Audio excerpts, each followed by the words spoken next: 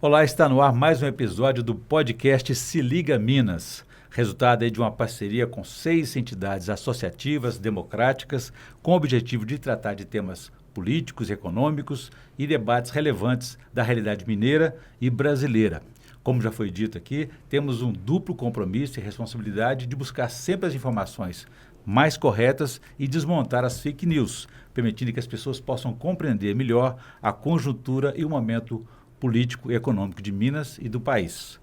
Sou jornalista Orion Teixeira e integram esse projeto as seguintes entidades: a Associação dos Funcionários Fiscais de Minas Gerais, a FENG, o Sindicato dos Servidores da Segunda Instância do Judiciário, SINJUS-MG, o Sindicato dos Servidores do Ministério Público, SINDICEMP-MG, o Sindicato dos Auditores Fiscais de Minas Gerais, SINDIFISCO, a Associação dos Procuradores de Minas Gerais, a PEMinas. Muito bem, acho que falei todos. E hoje temos aqui o prazer de receber a ministra do Tribunal Superior Eleitoral, a primeira ministra negra do TSE, jurista e acadêmica Edilene Lobo. E para me ajudar a entrevistá-la, recebo aqui o auxílio luxuoso do diretor jurídico do Sinjus, Felipe Rodrigues, e do vice-presidente da AFENG, Marco Túlio da Silva. Ministra, obrigado por ter aceitado o nosso convite. Um prazer recebê-la aqui. Eu agradecer. E só para registrar, eu servi a Justiça Eleitoral até o dia 8 de agosto de 2025. Então, eu cumpri esse meu biênio no TSE.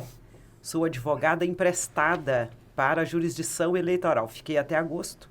E agora, como professora advogada, continuo nos debates sobre os temas no entorno da justiça eleitoral. Um prazer para nós sempre, será ministra. Obrigado, Felipe e Marco Túlio, pela parceria. Ministra, permita-me, né? A senhora tem uma atuação bastante operosa, vocacionada e demonstra nos estudos, nos debates, nos artigos e livros que escreve sempre essa dedicação permanente com o aperfeiçoamento democrático. A senhora lançou recentemente aí o livro Encruzilhadas Técnico-Oligarquias, Democracia e Ameaça Ambiental. Bom, são temas bastante amplos, atuais e impactantes. Vamos começar, então, nosso debate por esses impactos da revolução digital, os riscos aí da concentração de poder e os desafios também da defesa da democracia, enfim, do meio ambiente, diante dessa ultra-tecnologização da vida. Bom, nós vivemos, então, gostaria então que a senhora começasse por esses impactos aí, para a gente começar a compreender essas encruzilhadas que está diante de nós. Muito bem. Muito obrigada, primeiro, pelo convite. É uma alegria. Prazer. É sempre muito agradável estar com você e com a sua inteligência, Obrigado. como um repórter investigativo, enfim. Muito obrigada, Marco Túlio, pela companhia. Eu espero poder travar um bom diálogo. Felipe, da mesma forma. E é sempre um orgulho conhecer as lideranças sindicais. O Brasil que sente tanta falta dessas organizações que tanto contribuíram no passado e continuam contribuindo no presente para a defesa da democracia brasileira. Então, é uma alegria. Pois é. Esse livro eu escrevo com 3 outros colegas, amigos. Um deles é o presidente do TCE, o Durval Ângelo, com quem eu tenho uma interlocução já há algum tempo sobre o assunto tecnologia. O outro é o ministro do STJ, Paulo Dias Moura Ribeiro, ele é de São Paulo. E é um professor, ele tem uma atuação já há algum tempo nesse campo ambiental. E o outro querido amigo, sim, esse meu parceiro também já de bastante tempo, que é o ministro Jorge Messias, o advogado-geral da União. Nós começamos conversando sobre democracia, inicialmente.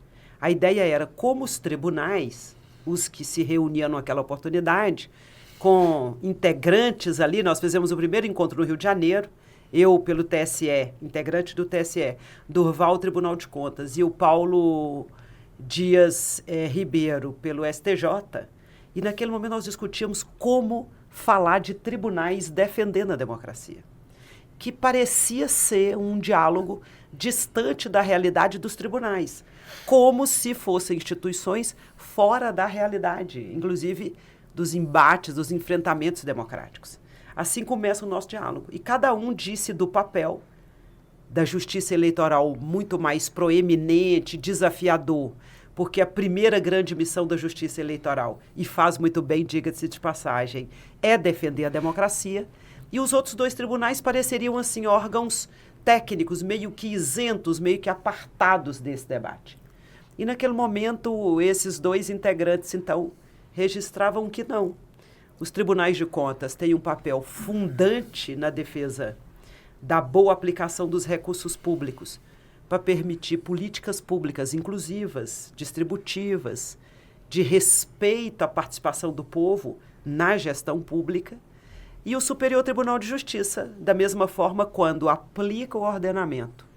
Lembrando que é um dos princípios da democracia, a legalidade, ele acaba por reforçar essa ideia de democracia como um ambiente que tem regras pré-estabelecidas, que busca entregar o bem da vida para o maior número de pessoas, enfim. Então, o debate começa por aí. E o fio condutor desse debate, posteriormente, com os meus temas de pesquisa já de algum tempo, e logo depois com a chegada do ministro Jorge Messias no debate comigo, nós 2 pesquisamos no campo do humanismo digital, nós então agregamos o fio condutor desse debate, a transformação tecnológica, essas chamadas tecnologias emergentes. Então, assim, começa essa conversa, o tema democracia está no cerne e daqui a pouco eu falo um pouco mais sobre esses aspectos. Felipe, sua participação, por favor. Bom, a gente vive um momento em que a democracia é o centro da maioria das discussões, de todas as discussões envolvendo principalmente o contexto brasileiro.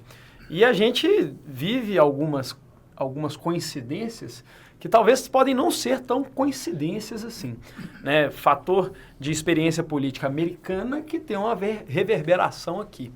E lá há um fato curioso que eu acho que casa muito com a temática do livro Encruzilhadas, que é uma oligarquia que se torna tecno-oligarquia, né, com um bilionário que entra para o ramo da tecnologia, da inovação, da pesquisa espacial, e logo depois que ele controla um mercado relativo a essas coisas, ele vem e se associa a um determinado viés político. E assim ele influencia na eleição e ele se torna parte do governo. Governo esse que hoje está também muito presente nesse debate brasileiro, né? Uma ameaça à nossa soberania, uma ameaça à liberdade, à independência do poder judiciário. Então, eu vejo que o Estado brasileiro precisa se preparar para as próximas eleições, porque se há um indício de interferência na soberania brasileira via atuação do poder judiciário, eu acredito que esse indício também ele é de participação indevida nas eleições de 2026. E aí até gostaria de ouvir a ministra, a professora, sobre como que o Estado brasileiro deve se preparar para essa eleição de 2026, que promete até essa interferência indevida, essa ameaça que a gente vem lidando com tudo que é nosso, com tudo que deveria ser assunto de brasileiros e da organização política própria do Brasil. Começando pelo TSE, né, que prepara as eleições, naturalmente. Sim. Então o ponto central é muito importante nós demarcarmos esse aspecto aqui. O primeiro capítulo do livro eu falo das oligarquias a partir de um conceito de Mitchell. Depois eu trago um autor brasileiro que fala de um processo de oligarquização. Então eu passo um pouco por esse fenômeno que parecia algo do passado, as oligarquias remontando ao século passado, ao século repassado na organização política. E nós demonstramos aqui que quando nós observamos o mundo digital, nós vamos ver a concentração de poderes econômicos num grupo político específico, como bem disse o Felipe. Então nós observamos a oligarquização, que é esse processo de poucas pessoas detendo muitos recursos, que operava no campo da economia e que acaba escapando para o campo da política.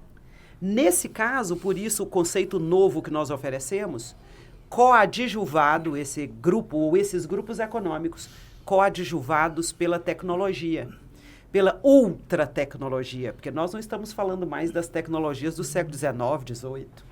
Nós estamos falando de tecnologias emergentes, tal qual a inteligência artificial generativa, com um assunto muito preocupante para o ambiente eleitoral, Felipe, com toda a razão, que são as deepfakes.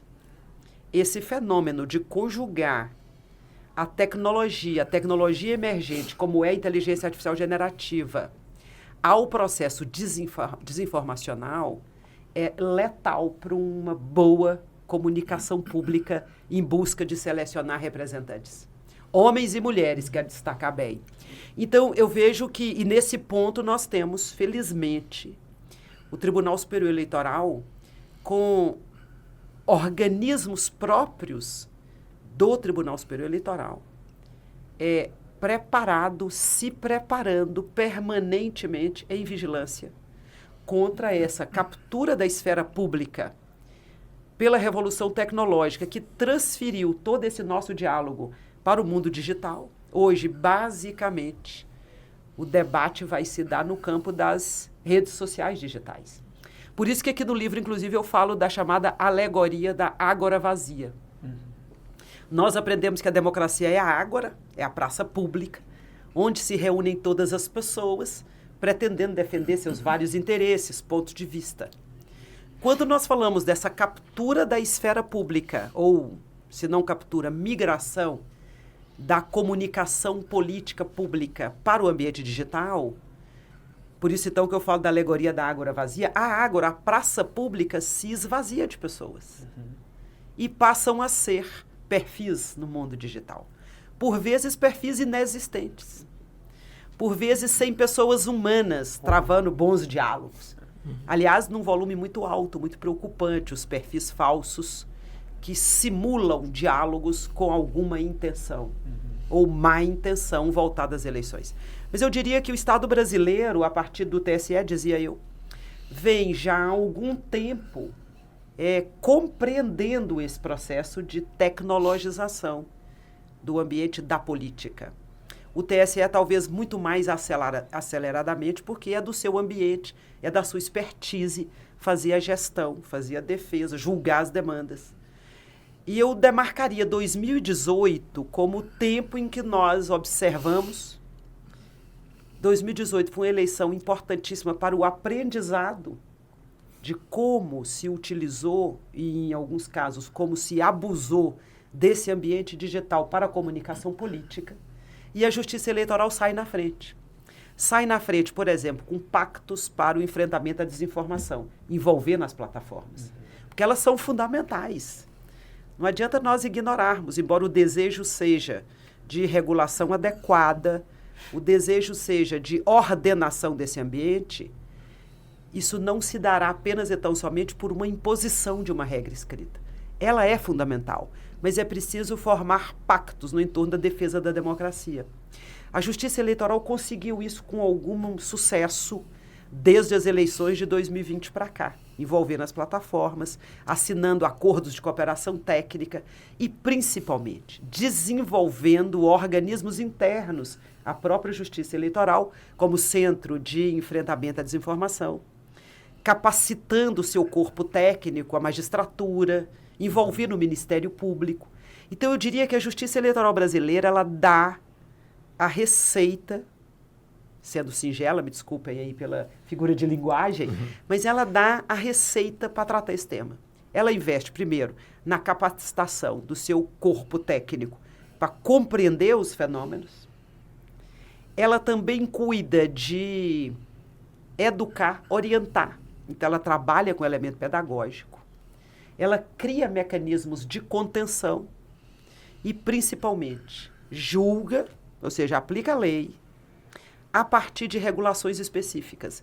E aqui eu quero lhes contar que eu sempre destaco essa resolução e falo dela no livro, sempre que eu vou tratar desse tema.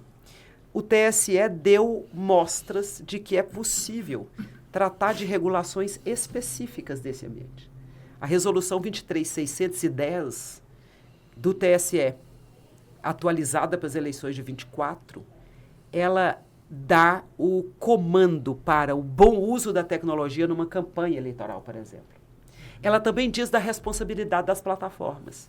E uma das que eu acho mais importantes é o dever de integridade com a defesa da democracia. Tanto que a resolução diz, as plataformas têm que apresentar planos de integridade, precavendo, por exemplo, o processo desinformacional, cuidando, por exemplo, da contenção da violência política de gênero e, lamentavelmente, atingindo duramente as mulheres, que já são minoria na política, e ainda mais fortemente as mulheres negras. Então, a Justiça Eleitoral tem esse apanhado, tem essa expertise que outros órgãos do Estado brasileiro deveriam utilizar. E eu vou dar um exemplo para, né, não tomar todo o tempo, mas eu vejo como boas práticas para as chamadas agências reguladoras brasileiras nesse campo. Então, o TSE, ao reger o tema comunicação pública eleitoral, propaganda eleitoral, como uma regulação específica, bem recortada, limitada, dá uma boa informação, dá um bom norte, por exemplo, para a Autoridade Nacional de Dados. Dá um bom norte, por exemplo, para, e eu falo disso no livro, o Banco Central, que tomou a iniciativa, por exemplo, de fomentar a regulação das bets, que está no centro aí dessa revolução tecnológica.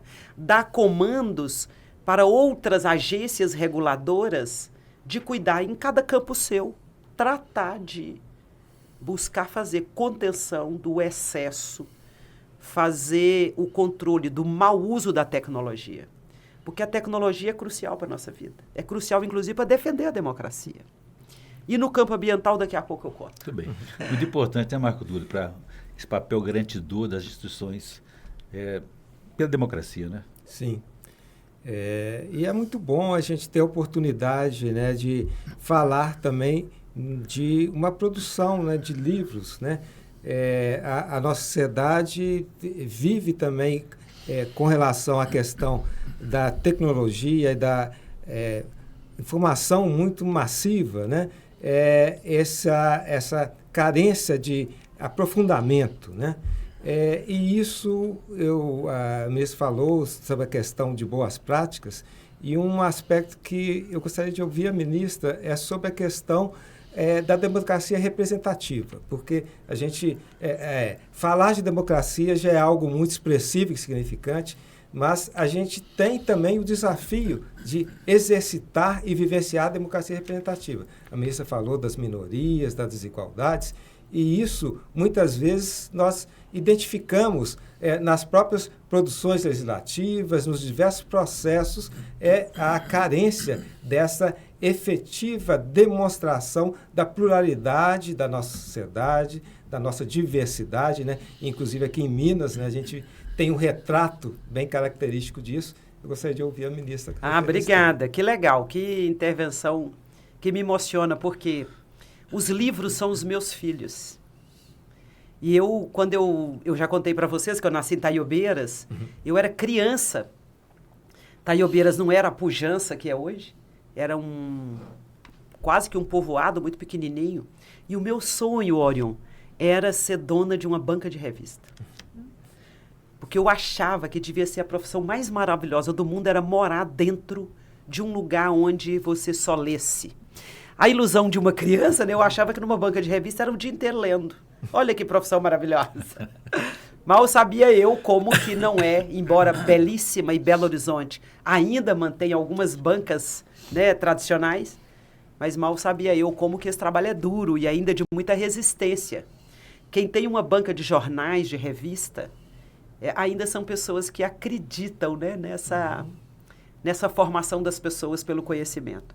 Então, os livros são os meus companheiros. E quando eu posso escrever um livro físico, assim, pegá-lo, cheirar, entregar para as pessoas como um preito de gratidão, como eu trouxe aqui hoje para você, para vocês, é muito rico, é muito importante. E ao falar de livros, nós falamos de ciência, nós falamos de conhecimento e falamos de educação.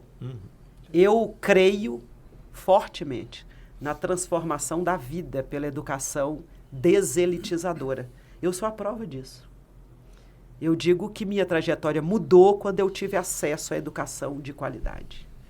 minha vida pôde ser ressignificada e eu pensar, inclusive, em melhorá-la, tanto para mim como para minha família e para o meu entorno, quando eu pude acessar a escola pública com professoras tão maravilhosas que mudaram minha vida. Então, é também um pouco da entrega, da devolução de tudo que eu recebi. Porque eu sempre digo, e Orion aqui é meu companheiro de diálogo, que nós precisamos riscar do nosso dicionário a palavra meritocracia e substituí-la por boas oportunidades para as pessoas. E eu digo sempre que eu vi muita gente esforçar muito na minha própria família. Uma família humilde, pobre, eu vi muita gente esforçar muito e não vencer. Então, não basta só esforçar, tem que ter oportunidade. Distribuir livros, distribuir conhecimento, educação, é dar oportunidades. E, a partir daí, oferecer outras alternativas para as pessoas, né? Transformar suas vidas. Então, você me emocionou com esse registro inicial. Democracia, quando nós vamos aos clássicos, a gente aprende na escola, ou de ouvir dizer, ou de ler por aí, que democracia é o governo do povo. E, no primeiro momento, sim. Mas a democracia tem que superar essa ideia de processos eleitorais formais. Democracia tem que ser com, para e o tempo todo de olho nessa representação do povo. Então, não basta nós termos um encontro a cada 2 anos com as urnas, se esse encontro não revelar a construção de cada vez mais ambientes melhores para esse mesmo povo. E uma das maneiras, penso eu, de investir nessa melhoria é entender que uma sociedade tão plural como a brasileira, e aqui falou em Minas, tocou no nosso ponto fraco, né? Minas é absurdamente plural. Quando se vai ao norte, por exemplo, na minha região, nós temos um tipo, até um biotipo de pessoa. Eu tenho um jeito físico diferente das pessoas do centro, de outras meninas aqui da capital, por exemplo. Eu vou ao sul, tem um sotaque, tem um modo de conversar, tem comidas próprias. Eu vou, por exemplo, à Zona da Mata, eu me encontro em direção ao litoral, que eu também encontro em direção ao leste. Então, olha como é importante a diversidade. A diversidade, aliás, é importante para a sobrevivência da espécie humana. Todo mundo aqui que está nos ouvindo e nos vendo já ouviu falar que é preciso evitar a repetição, por exemplo, genética. Não se deve repetir casamentos no mesmo grupo sanguíneo, por exemplo. Pessoas da mesma família repetir indefinidamente casamentos ali, porque há o risco, inclusive, de algumas doenças em decorrência desse, entre aspas, empobrecimento genético. Então, a diversidade é crucial para a humanidade e é crucial para a democracia. Então, quando nós falamos de representação, nós falamos de uma fotografia, para usar uma palavra mais simples. Representar é fazer o presente, é se colocar no presente. E quando nós falamos de representação política, nós precisamos fazer essa realidade, a fotografia da sociedade brasileira, ser transposta para os ambientes decisórios, o poder político, a Câmara Federal, o Senado, a Assembleia, a vereança. E para falar disso, então, nós precisamos ver quem é o povo e como é que o povo brasileiro é composto. E aqui já vou dando alguns números. Nós somos hoje perto de 212 milhões e meio de almas. Desse número, 52% é de mulheres. Desse mesmo número, 56% é de pessoas negras. Nós temos um percentual também significativo, próximo a 1%, um pouco mais, de indígenas, os povos originários, os donos do Brasil, que já estavam aqui quando o Brasil foi ocupado pelos europeus em 1500. Quando eu pego essa fotografia e vou refinando, eu acho mulheres como a grande maioria. Dessa maioria, dentro dessa maioria, tem outra grande maioria, que são as mulheres negras. 28% da sociedade brasileira é de mulheres negras. Então, se eu fosse fazer uma fotografia agora, a partir dessa maioria, qual é a fotografia da sociedade brasileira? É uma mulher negra. Essa fotografia, entretanto, quando nós vamos aos ambientes decisórios da política, onde se constrói ou se destrói possibilidades para um povo, nós vamos ver na Câmara Federal, de 513 cadeiras, só 30 são ocupadas por mulheres negras. Então, menos de 6%. Do total de 513, 130 e um pouco, se eu não estou enganada, de mulheres, 17,7%. Quando eu vou às prefeituras, cerca de 12% de mulheres chefiando as prefeituras no Brasil. Menos ou perto de 4% de prefeitas negras. A vereança brasileira é de 7,5% de mulheres negras. Então, notem que quando eu coloco as duas fotografias, a do poder com a da sociedade, ao lado, nós vamos observar uma subrepresentação dessas imensas maiorias. Então, nós precisamos falar sobre isso. Primeiro, porque é um direito da sociedade participar de um pleito democrático com essa diversidade. Então, diversidade fala de participação de todas as pessoas. Diversidade fala de democracia. E também porque essa imensa maioria tem o direito de participar da vida política do país. Tem o direito de participar e o dever de dar sua contribuição, de oportunizar políticas públicas bem próximas daquilo que a sociedade almeja. Então, vejam que nós estamos falando de um assunto que diz respeito à estética, uma palavra que nós usamos ainda há pouco. Então, a fotografia tem a ver com a estética, mas essa fotografia também tem a ver com a ética. É a Constituição que está dizendo, olha, homens e mulheres são iguais em direitos e obrigações. Artigo 5º, inciso 1. E o artigo 3º, inciso 3 fala, é objetivo dessa república não admitir discriminação de nenhuma maneira, nem de gênero, nem de origem, nem de raça. E o artigo 1º diz, olha, aqui é um Estado democrático cujo poder é ativado, exercido pelo povo. Então, notem, quando eu conjugo esses 3 dispositivos, para ficar só neles, nós estamos falando de uma ética do poder. A ética do poder, a ética constitucional do poder, diz que essas maiorias têm que estar no poder. E não é para apropriar pura e simplesmente ou tomar o lugar de alguém. Não, é para falar de justiça como uma palavra que não está escrita só nos livros e que, de vez em quando, sai da boca de alguém que fala bem. Justiça tem que ser transposta para a realidade. É aqui um pouco o que me parece, sabe, Marco Túlio? Dando representatividade, né? Sim. Ministro, vou fazer um pequeno intervalo. Eu gostaria que no próximo bloco a gente voltasse a esse nosso debate para esses impactos, avaliar esses impactos da ultratecnologia sobre a questão ambiental. Perfeitamente. Okay? A gente volta então em instantes.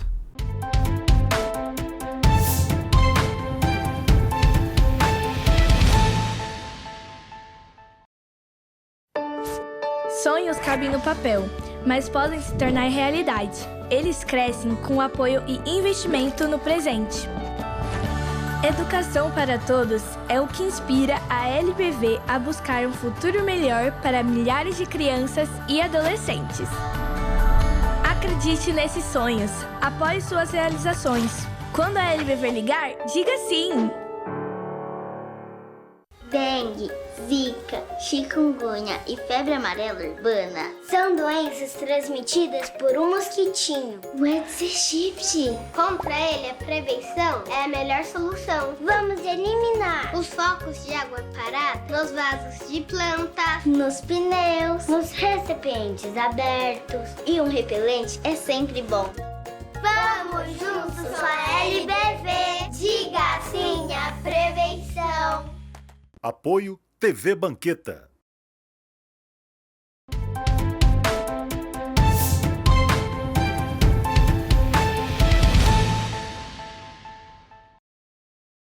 Estamos de volta com o podcast Se Liga Minas. Hoje é uma edição especial para receber aqui, ter o prazer e a honra de receber a ministra do Tribunal Superior Eleitoral, Edilene Lobo, também jurista e acadêmica. Bom, ministra, temos aqui então uma questão que eu deixei no bloco anterior, a respeito do impacto da ultratecnologia sobre a questão ambiental, que a princípio tem um lado positivo, trazer soluções, energia renovável, enfim, mas os aspectos negativos também são muito graves, né? Poluição, lixo doméstico, enfim, desastres ambientais. Qual que é a avaliação que a senhora fez nesse estudo? Bom, esse livro também nele em especial, e foi um capítulo muito agradável de escrever, mas muito preocupante, me deixou apreensiva. Eu fui atrás dos números, porque nós precisamos tratar desse assunto sem negacionismo, e sem alarmismo. Precisamos conversar, ter um papo reto sobre essa matéria. E eu achei que era importante nós desmistificarmos algumas coisas. Uma delas é assim, a gente fala, inteligência artificial, tecnologia, nuvem. Parece que é algo imaterial. E não é bem assim. A inteligência artificial generativa, que é esse modelo que nós estamos usando mais presentemente, e que o produto mais emblemático e conhecido é o ChatGPT, que, bem traduzido assim de modo singelo, significa um programa de computador acessado pela internet, que por meio de perguntas ou demandas te entregam soluções. Aqui nós falamos por meio de prompts. Aquele programa de computador te entrega a tarefa desejada, por exemplo, escrever um texto sobre democracia, produzir um PowerPoint. Agora tem outros aplicativos desses que entregam, e preocupando bastante a comunicação pública, microfilmes. O risco desse uso, por exemplo, direcionado a distorcer a realidade. Eu, aliás, comento aqui, en passant, esse livro sobre o direito fundamental à realidade autêntica. Nós estamos falando de direito à realidade autêntica. Notem como é que nós tratamos nesse ambiente de um tema preocupante. Mas com relação à questão ambiental. Então, eu comecei investigando os números, eu de olho na COP30, que vai acontecer aqui no Brasil, em Belém do Pará, em novembro, eu pesquisando a pegada ambiental da inteligência artificial generativa. Isso que parece acontecer no plano fora da realidade física. E eu descubro que, primeiro, a partir de uma grande escritora que eu quero recomendar, quem puder fazer a consulta dessa obra, Kate Crawford, chama Atlas da IA. Essa obra já tem em português e ela vai dizer o seguinte: primeiro, a inteligência artificial ela não é nem inteligente nem artificial. Ela é, na verdade, uma apropriação da inteligência social. E ela não vive no plano das nuvens, ela tem uma existência prática, ela tem uma existência física.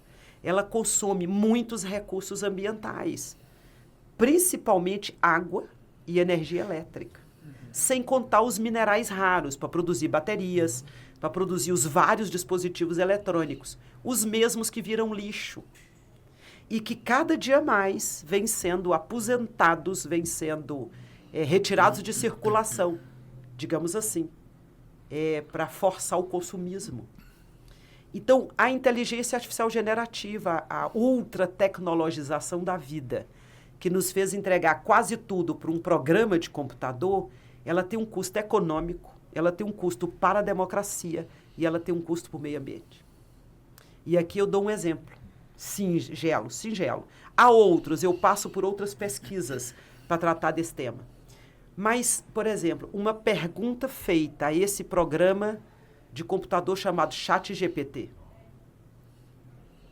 Se nós fizermos a mesma para o motor de busca do Google, então usar um buscador que você vai lá e digita no Google, perguntando algo para o Google, e fazendo a mesma pergunta no ChatGPT, considerando a alta capacidade computacional de processar dados desse sistema algorítmico, o gasto de energia e água é 10 vezes maior no ChatGPT do que no Google. Outra coisa, nós estamos vendo, e eu trouxe uma pesquisa do PNUMA, do Programa das Nações Unidas pelo Meio Ambiente. O consumo de bens ambientais, principalmente de energia elétrica, vem escalando numa velocidade que impressiona. Então, nós estamos falando de engenhos tecnológicos muito importantes, mas que também invadem esferas da vida igualmente importantes como o meio ambiente. Então, uma das sugestões aqui é, qual é a proposta sua? É acabar com as máquinas? É quebrar os computadores? Em absoluto. A minha ideia é aproveitar a inteligência humana que cria o ferramental tecnológico para fazer com que ele sirva bem à sociedade. E não se sirva dos bens da sociedade para gerar dinheiro, riqueza para os seus donos. Porque isso é outra coisa que nós temos que falar. A tecnologia tem dono, ou melhor, tem donas. Nesse estudo aqui também eu mostro isso, junto com os meus colegas que escrevem a obra. Nós temos das 10 grandes Big Techs, empresas transnacionais de tecnologia, 3 asiáticas e 7 sediadas nos Estados Unidos da América do Norte. Então, nós estamos falando de uma propriedade e nós estamos falando de lucratividade de pessoas e instituições não nacionais, com bens e recursos nacionais. Então, esse papo tem que ser reto, o diálogo tem que ser aberto. Até O porque... que nós poderíamos, aí eu falava dessa ideia. O que nós poderíamos fazer, então? É negar a tecnologia? Não, mas nós vamos discutir.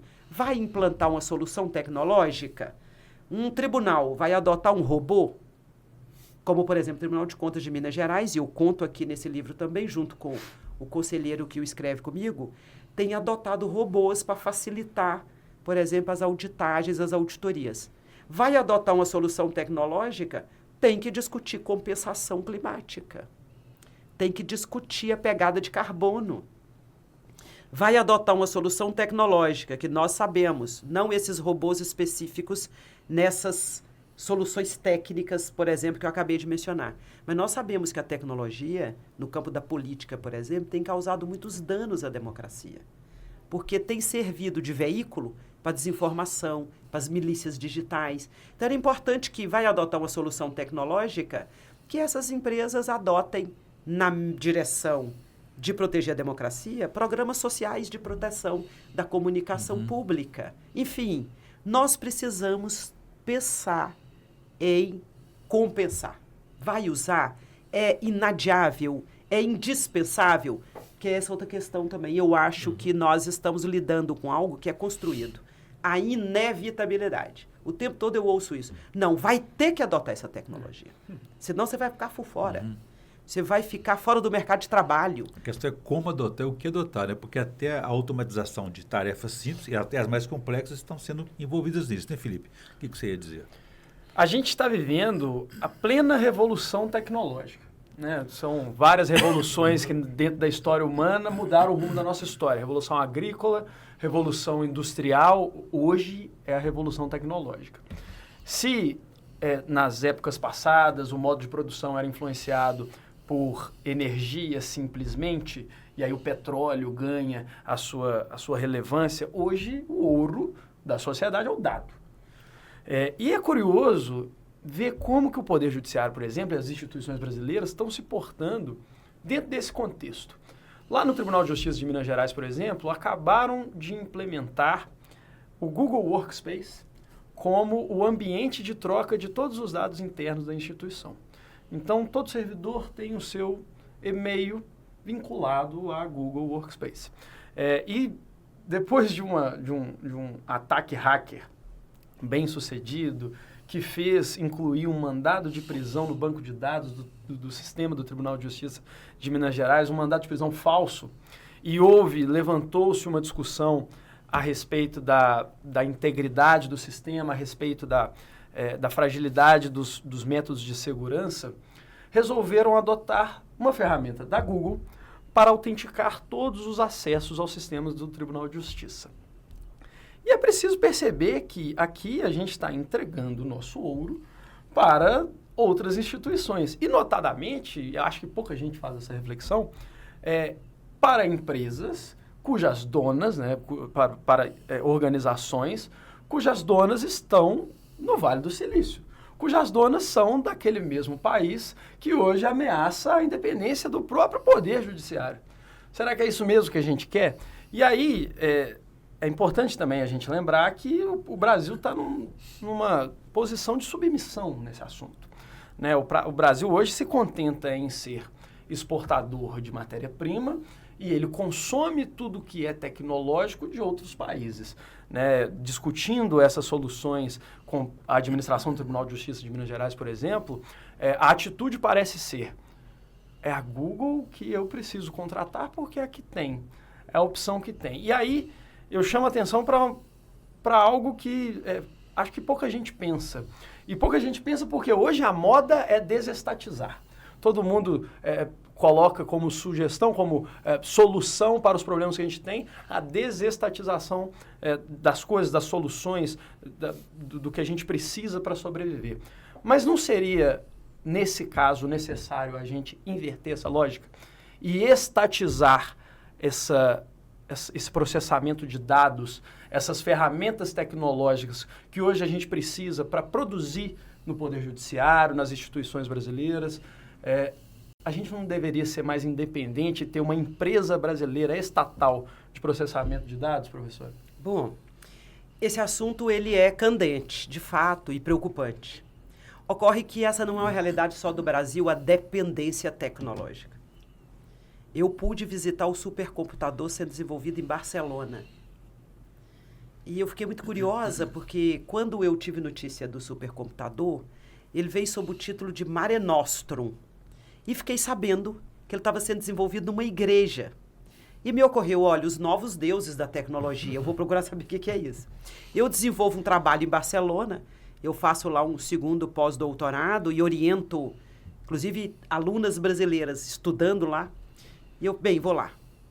Fui conhecer o supercomputador, consumindo cerca de 200 milhões de euros. E, de fato, eu vi máquinas incríveis, grandes espaços. E eu perguntei por que era numa igreja. E o técnico foi muito direto assim comigo, disse, porque era o prédio mais alto que eu tinha aqui. Então, não tem nada a ver com o sagrado. E ainda já foi explicando para mim, não, e nós dessacralizamos, ou seja, nós não estamos no espaço sagrado. Bem, então, o quanto era prosaico aquele assunto. Precisava de um prédio alto. Consumo absurdo de água. Lá eu vi esse consumo gigantesco de água. Está ali visível. E, na sequência, eu queria entender qual a tecnologia sendo desenvolvida. Quem eram os técnicos? Quem estava pensando isso? E verifiquei que a base para o desenvolvimento do supercomputador era a tecnologia estadunidense.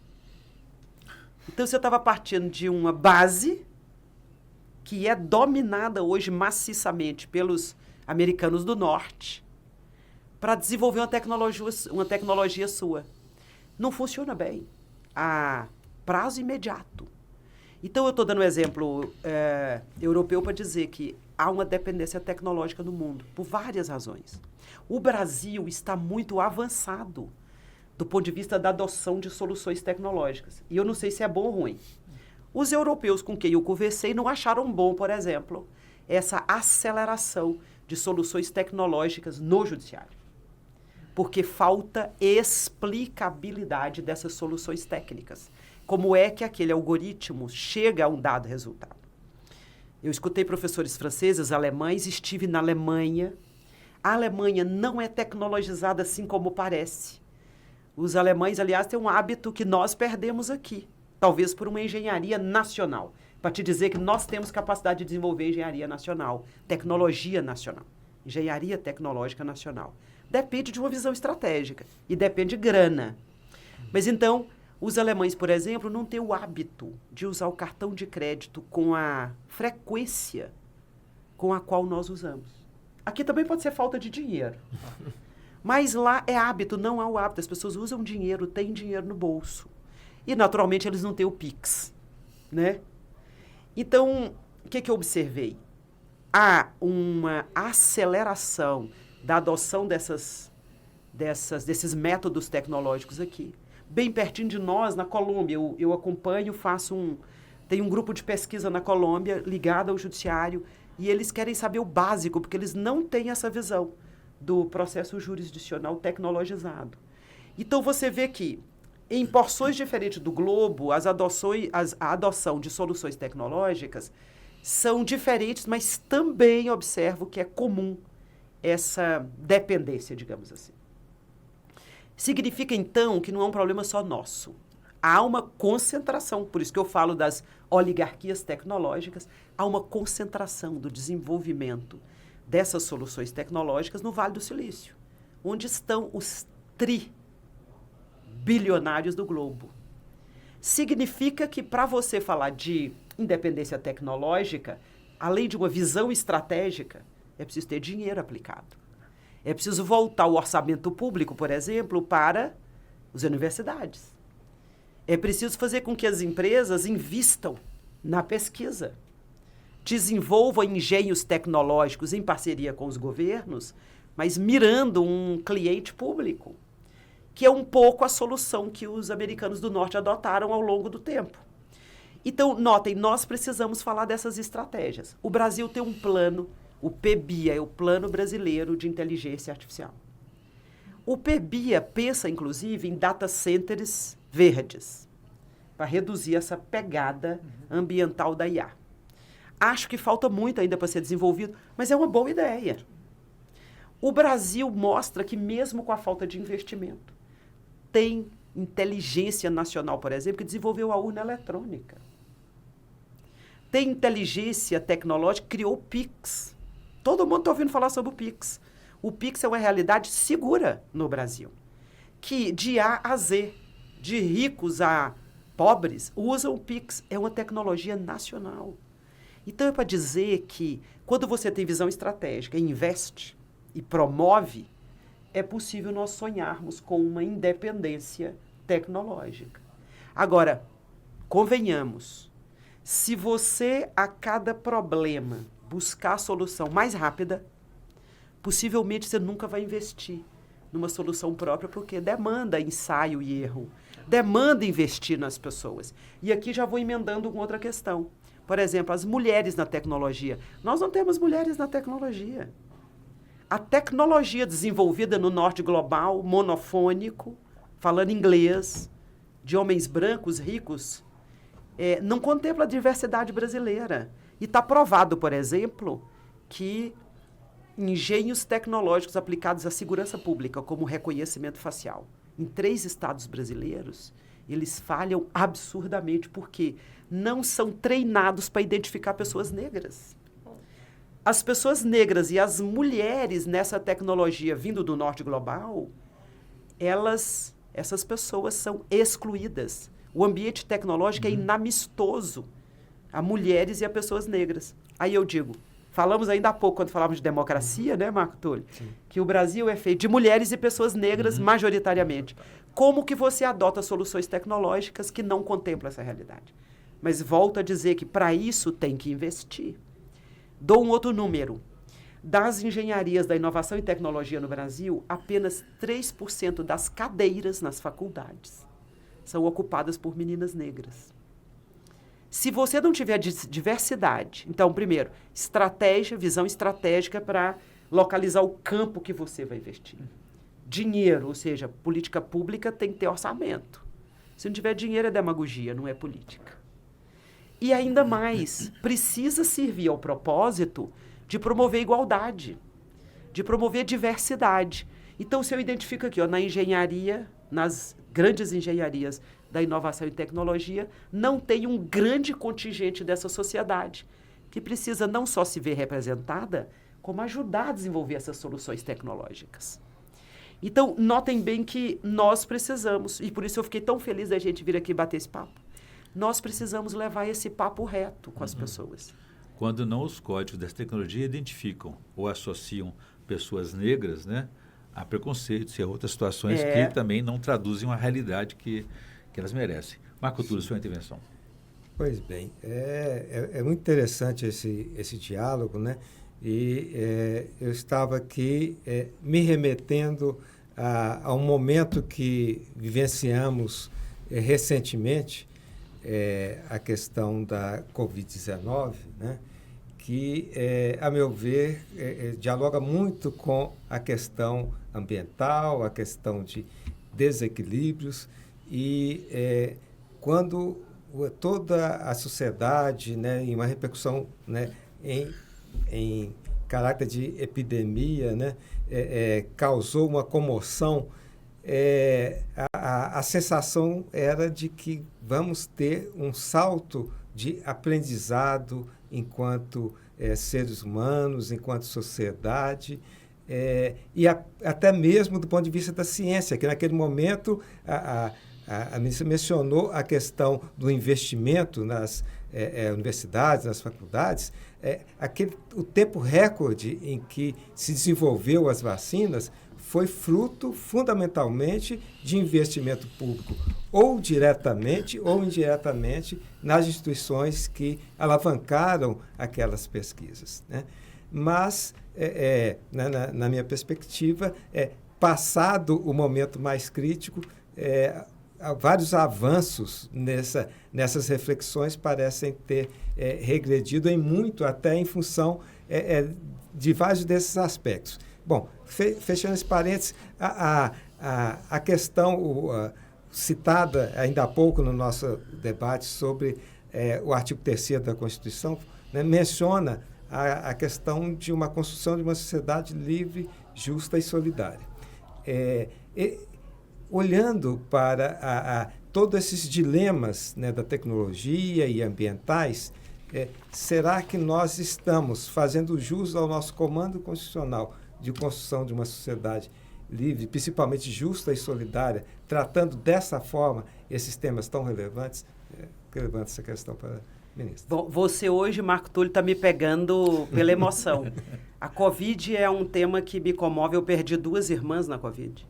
15 dias de diferença uma da outra, elas morreram, desapareceram da minha vida. 2 pessoas super importantes. O Brasil perdeu 700 mil pessoas. Como minha família, eu imagino a família dessas pessoas afetadas, né? Eu tenho certeza que a vida delas nunca mais foi a mesma. Por outro lado, nós passamos a página depressa demais, nós viramos a página. E eu sempre que trato desse tema eu destaco, olha, e com a memória em Dom Paulo Evaristo Arnes, um povo que não enfrenta sua história, seu passado, repete. Digo isso com relação ao passado autoritário, digo isso com relação a um passado muito recente que envolveu a morte de tantas pessoas. Então, de fato, você coloca na mesa algo para nós refletirmos, para além dessa conversa sobre tecnooligarquias, democracia e devastação ambiental. Nós precisamos aprender a olhar para o passado, para tirar lições dele, para viver o presente e projetar algum futuro. Então, o passado, nem sempre, quase sempre, ele não deve ser visto com saudade, não pode ser saudosista daquilo que não é bom. Então, lembrar da Covid todos os dias é importante porque nós não podemos esquecer o que nós vivemos. Pois bem, nós falamos de paradoxos quando falamos do mundo tecnológico. De um lado, serve muito bem para tanta coisa. Exemplo. Aliás, tem uma humorista mineira que eu amo, que ela fala comparação. Sabe de quem eu estou falando? Concessa. Maravilhosa. Aliás, fiquei sabendo que ela anda muito bem, cada vez mais ativa. Minha família ama, minha mãe então ama o trabalho dela. Pois bem, mas falando desse assunto da paradoxalidade, um exemplo claro aqui. Nós estamos em BH, reunidos hoje, de modo tão agradável nesse lugar, já comemos pão de queijo, bolo, café, e certamente um monte de gente do outro lado do globo vai nos acessar. Então, olha que importante. Isso é produto da revolução tecnológica.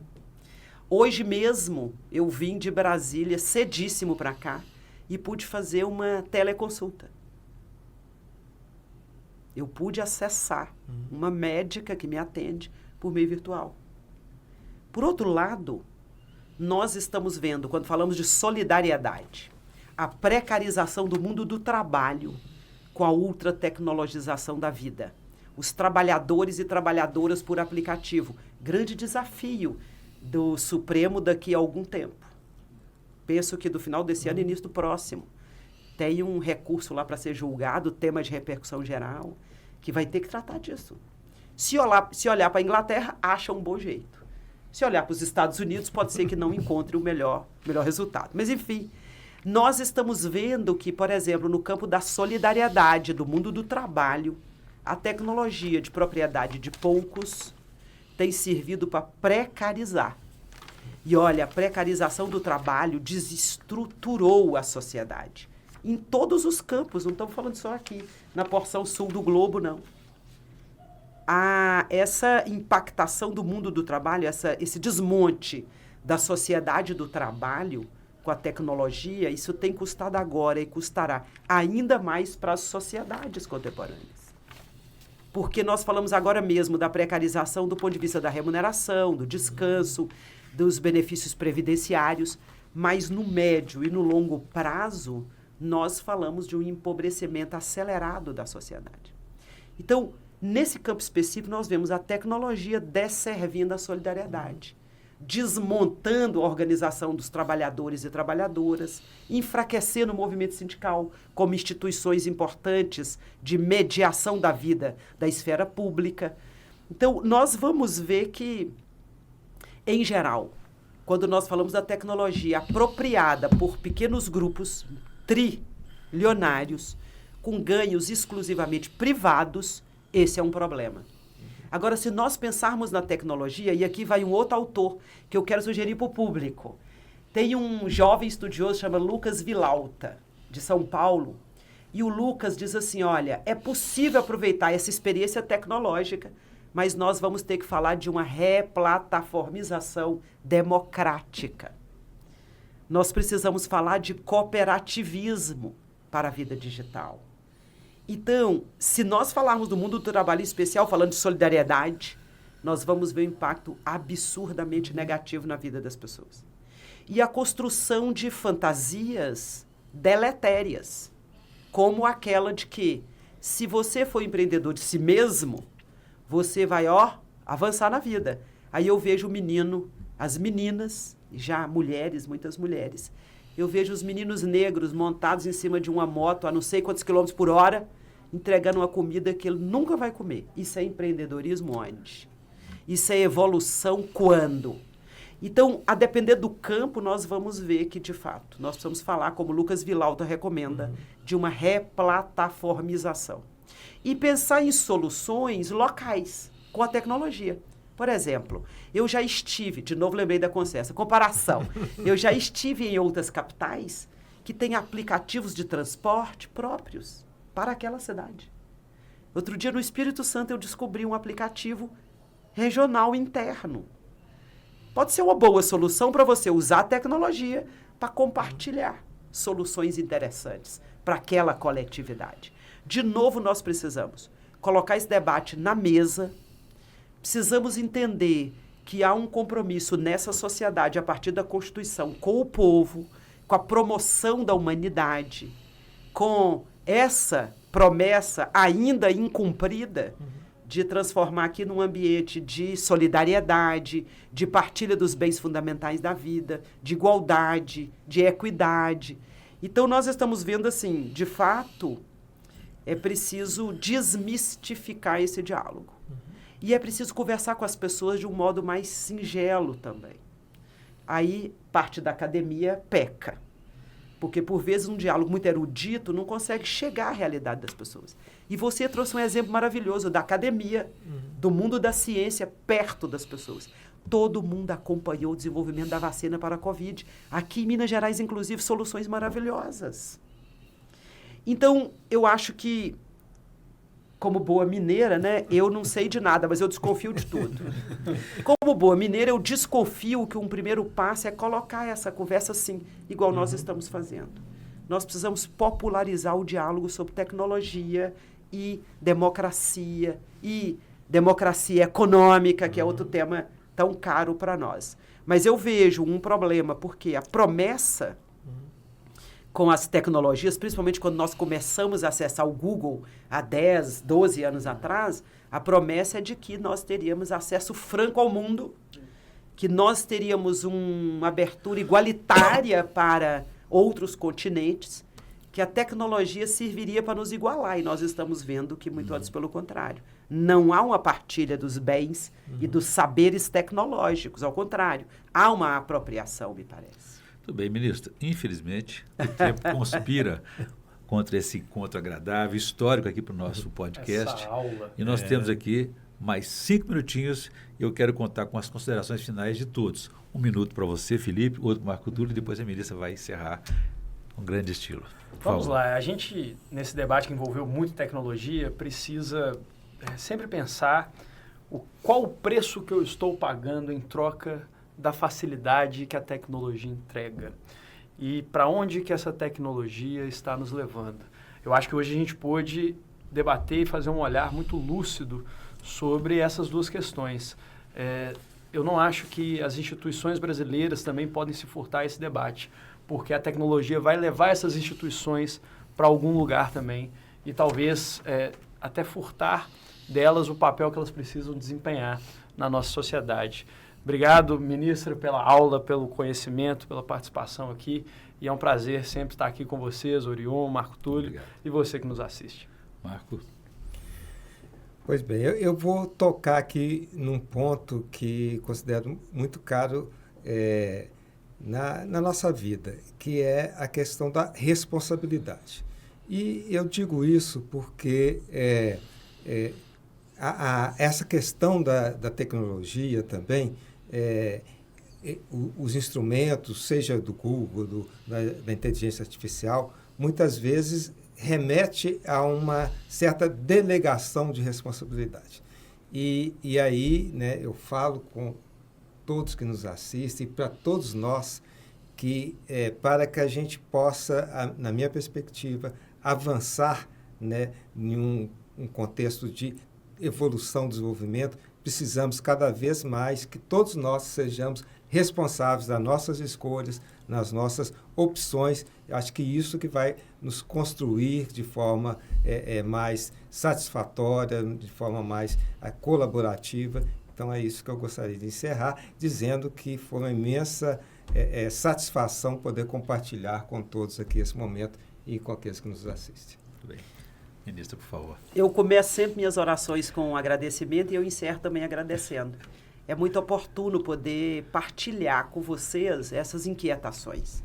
Eu não tenho respostas, mas algumas impressões. E eu busco, na minha pesquisa, nos meus escritos, nas minhas aulas, no meu aprendizado, sempre colocar em xeque quem está no centro de gravidade. É preciso perguntar, numa sociedade democrática, quem é o ser de gravidade? São as pessoas.